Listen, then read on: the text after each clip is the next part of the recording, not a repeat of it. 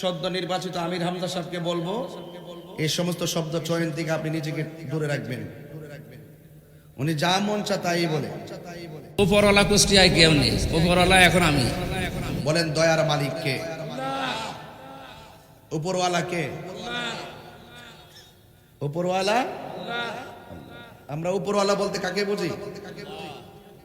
উনি বলতেছে এখন আর কোন উপরওয়ালা নাই, উপরওয়ালা হলাম আমি। উনি যে ব্যাখ্যাই করুক, জানি ব্যাখ্যা ওনার কাছে আছে। যে শব্দগুলো সচরাচর প্রচলিত আল্লাহর ক্ষেত্রে, নবীর ক্ষেত্রে, যে শব্দগুলো বললে মানুষের মধ্যে চোখের পলকে নেগেটিভ সেন্স তৈরি হতে পারে, এই শব্দগুলো বলা থেকে বিরত থাকতে হবে। এই যে আমি আপনাদেরকে প্রথম বলেছি উপরওয়ালাকে, আপনারা বলেন আল্লাহ। তাহলে বোঝা গেল উপরওয়ালা শব্দটা আমাদের কাছে প্রচলিত, বহুল প্রচারিত। এটা আমরা আল্লাহকে বুঝি, ঠিক না? উপরওয়ালা বলতে কাকে বুঝি?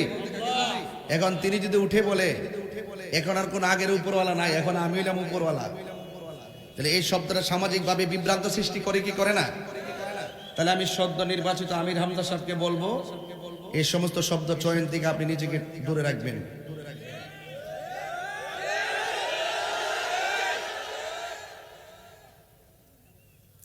কারণ যেহেতু বিগত দিন অনেক শব্দ চয়ন আপনি সমালোচিত হয়েছেন, এখন যেহেতু সমাজের দায়িত্ব নিয়েছেন, তাহলে অবশ্যই শব্দ চয়নের ক্ষেত্রে সাবধানতা অবলম্বন করতে হবে। কথা বলেন ঠিক কিনা?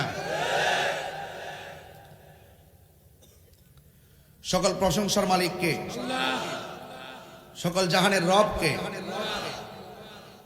উপরওয়ালাকে।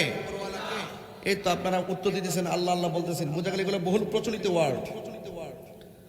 যাই হোক, আমি যেহেতু বয়সে বড়, শাসন তো করতে পারি, এটা ভুল হলে তো ধরাই দিতে পারি কি না বলেন? আমি সবসময় সার্বভৌমত্ব সুরক্ষায় কথা বলি, দেশের পক্ষে কথা বলি, ধর্মের পক্ষে কথা বলি। দেশদ্রোহীদেরকে আমি যেমন পছন্দ করি না, ধর্মদ্রোহীদেরকে আমি পছন্দ করি না।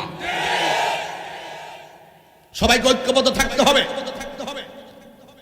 জুলুমকে প্রমোট করা যাবে না, দুর্নীতিকে প্রমোট করা যাবে না, সন্ত্রাস খুন গুমকে প্রমোট করা যাবে না। সমাজের প্রত্যেকটা মানুষকে ঐক্যবদ্ধ থাকতে হবে। দেশের বিরুদ্ধে ষড়যন্ত্র হলে দেশের মানুষের অধিকারকে খর্ব করার জন্য কেউ যদি অপচেষ্টা করে, জনগণ